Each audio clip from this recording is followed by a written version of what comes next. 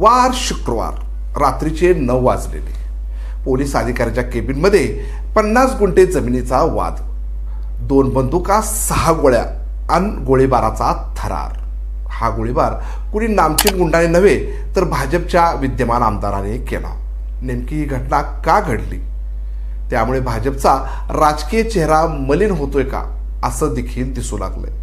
नमस्कार, मी जाकीर नदाब आणि आपण पाहतात येस प्राईम न्यूज चॅनल. जर आपण नवीन असाल तर हा व्हिडिओ पाहण्याआधी आमच्या चॅनलला सबस्क्राईब करा. हा व्हिडिओ आपण फेसबुकवर पाहत असाल तर आमचं फेसबुक पेज फॉलो करायला विसरू नका. आमदार गणपत गायकवाड यांनी रिअल इस्टेटच्या व्यवसायात मोठा जर बसवला. रिअल इस्टेटमध्ये आमदार गणपत गायकवाड यांना शह देण्यासाठी महेश गायकवाडने देखील रिअल इस्टेटमध्ये एंट्री केली. त्यामुळे भावकीत मोठी दरी निर्माण झाली. नेमकं शुक्रवारी रात्री गोळीबाराची घटना का घडली ते पाहूयात. 10 वर्षापूर्वी आमदार गणपत गायकवाड यांनी एक जमीन खरेदी केली. मात्र या जमिनीवर आणखी एक जण मालकी सांगत होता. त्या इसमाच्या म्हणण्यानुसार ते आमदार गणपत गायकवाड यांनी ती जमीन अवैध मार्गाने घेतली, तर त्या जमिनीसाठी ती व्यक्ती महेश गायकवाड याच्याकडे न्याय मागणीसाठी गेली होती.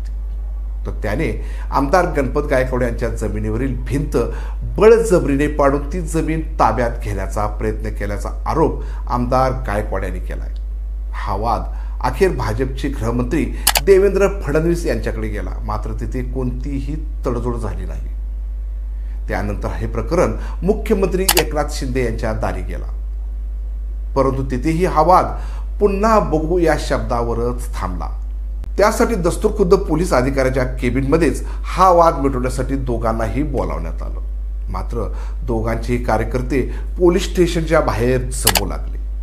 उल्हासनगर पोलीस स्टेशनला बिहारच्या गुंडगिरीचे स्वरूप आले होते. अशातच केबिनमध्ये गोळीबाराच्या फैरी झाडल्याचा आवाज सुरू झाला.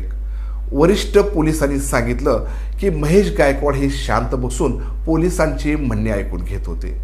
मात्र अचानक आमदार गणपत गायकवाड यांनी बंदूक बाहेर काढून महेश गायकवाड यांच्यावर निशाणा साधला आणि क्षणात त्यांनी महेशच्या अंगावर 4 गोळ्या झाडल्या. तर महेश गायकवाडचा साथीदार राहुल पाटील यांच्यावर देखील 2 गोळ्या झाडल्या गेल्या.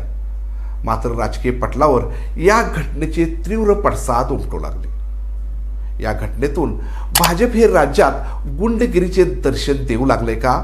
भाजपचेच गृहमंत्री असताना हे प्रकरण वेळेत का मिटवू शकले नाहीत? अशा अनेक प्रश्नाचे उत्तर एकच असू शकते, ते म्हणजे राजकीय दृष्ट्या हे प्रकरण मिटवायचेच नव्हते.